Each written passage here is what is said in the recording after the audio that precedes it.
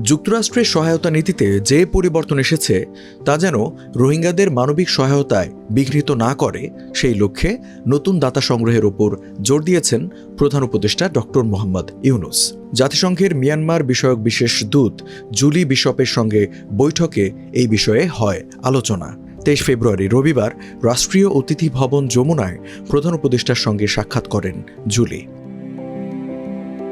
বৈঠকে রোহিঙ্গা সংকট সমাধানে নতুন উপায় অনুসন্ধান ও বাংলাদেশের দক্ষিণ পূর্বে বসবাসরত 10 লাখেরও বেশি বাস্তুচ্যুত রোহিঙ্গাদের জন্য নতুন দাতাদের একত্রিত করার ওপর জোর দেন তারা। অধ্যাপক ইউনুস বলেন, জাতিসংঘ চলতি বছরের শেষের দিকে রোহিঙ্গা সংকট নিয়ে একটি আন্তর্জাতিক সম্মেলন করবে।